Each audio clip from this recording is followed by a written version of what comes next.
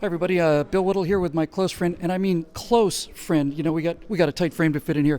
Nick Adams, who I met probably 3-4 years ago at a party in Burbank, and Nick at the time was going around America and the world, telling the rest of the world how awesome America is. And I remember when you got your Texas citizenship, that was a big step, but you got the big one, the real one, just a little while ago. That's exactly right, Bill. Now I'm an American, absolutely thrilled to be in the greatest country in the history of the world and to be able to stand shoulder to shoulder with great men like you. You're very kind. Whose shoulders I kind of got the chance to step on, that gave me a chance to lift off.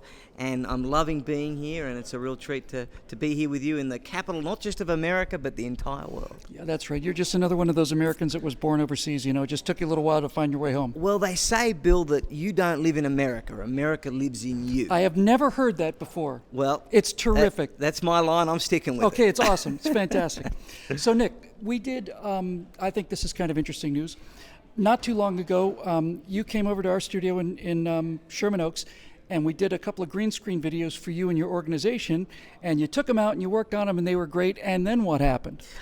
Facebook banned them.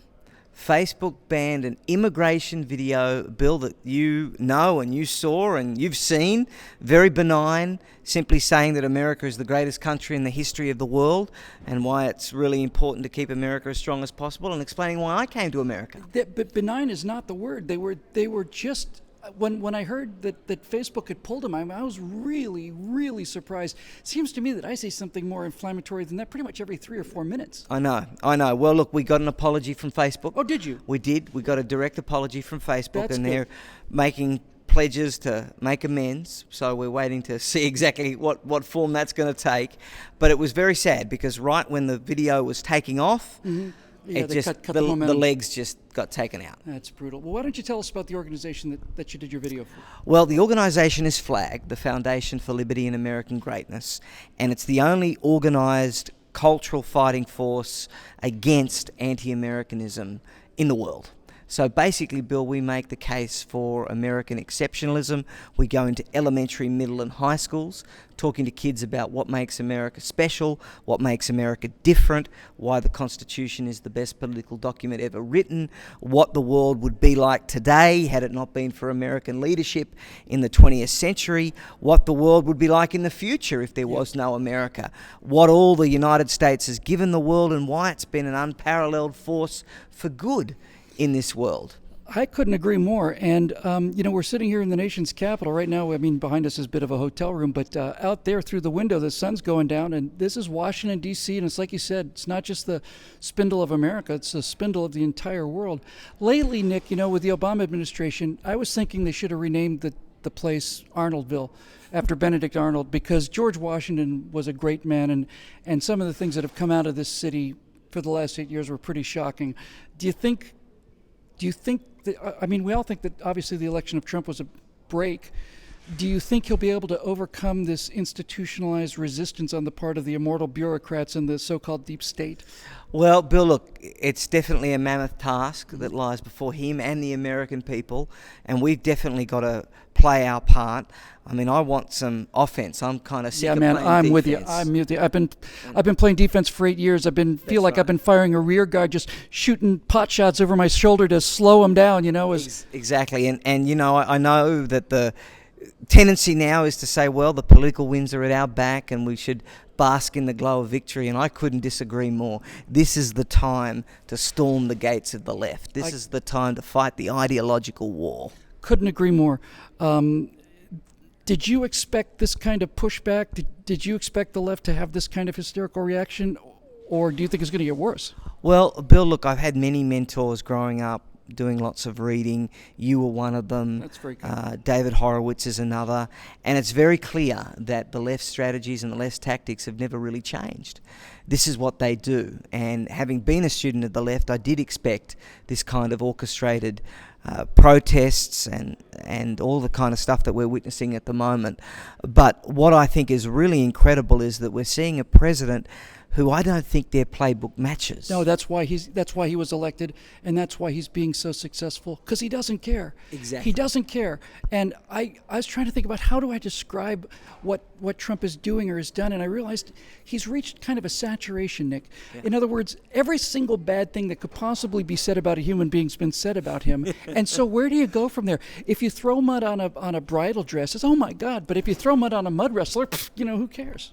Well, it's really interesting. I mean, one of the criticisms, I think, even on the conservative side, is that President Trump doesn't let anything go. But I think that's actually the secret to his success. You see, the whole left's playbook and the success of that playbook is predicated on conservatives giving an inch. And that inch allows the left to win. It's a ratchet. That's right. But when you have this scorched earth policy where you don't let anyone get away with anything, not even the size of crowds at the inauguration, as trivial as that might appear, they just have no way of... No, they don't know what to do. They don't know what to do with it. They don't know what to do. Meryl Streep has got probably 2 or 3 occasions now gone after him. And I think the last time I saw her bleating about the fact that she insults half of the country, and then apparently she's getting some nasty messages on Twitter and Facebook. They don't know what to do with a president who says, hey, she's a overrated has-been, who's a friend of Hillary's and a loser. That hit her hard, and it's kind of the emperor's new clothes, right? It's all you have to have is one person say, no, the media is a bunch of liars, and celebrities are the most horrible people in the world, and it's almost like just breaking a spell, Yeah. No, it is, and we've never seen anything like it. The world's never seen anything like it, and there are a lot of people that are really uncomfortable right now, and I've got to tell you, I'm loving it, Bill, because that's exactly what the world needs. We really did need someone to bake a new cake, and you've got to break a few eggs if you're going to bake a new cake, and there are lots of eggs being broken right now. I don't think that that's a bad thing. Sure, traditional diplomatic ties are going to be tested, but that's what we need, because for so long America's been the world's punching bag. Yeah. Everyone's kind of taken advantage of the US.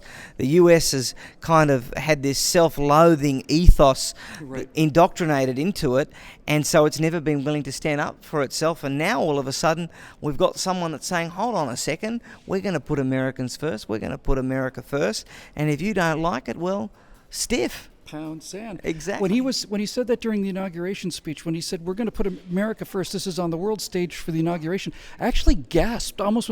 How can he say that? You get so inundated by this message, it just never ends, and then you realize, wow, that is some political courage. Oh, it sure is. And not only that, to have sitting presidents behind him, to have all of those people that he... Wasn't that epic, though? Wasn't that epic? He spends 15, 20 minutes in front of the entire world bashing Obama and the mess he's invented, and Obama's looking at his shoes, Yeah, it's just incredible. Almost made up for the last 8 years. No, it was amazing. Almost. So no. tell us how people can find about Flag. Well, they can go to flagusa.org. It's a very good-looking website, Bill, flagusa.org, and you can go and find out about our mission and our work and everything that we've been doing. We're a 501c3 non-profit educational organisation, so all tax-deductible gifts are 100% tax-deductible. And you can go on there and have a look. We've already trained 4,000 students in 33 different schools. We've been into 29 public schools, and we're doing some incredible work, and we're seeing some real effect and change. And we're just going to keep going, because we want to recapture all of that territory that we've lost to the elites in government and academia and the media. And it's time to play some offense. It's time to go out there and kick some anti-American butt. Yeah, and outflank this current generation. Just go for 15, 16-year-olds who are going to vote for the first time in 2020, yeah. I've known Nick for 4 or 5 years now, and I've watched him out there pretty much by himself. I've seen him on stages in front of big crowds and small on the internet. He's talking to, I don't know, communists and Druids and Zoroastrians and anybody else who's going to listen to him about how great America is. And finally, he gets the actual papers, but he's been an American citizen this whole time. We already know it. Thank you. Welcome. Good luck with Flag. Thank you so much, All right, Bill. buddy. We'll see you. Bye-bye.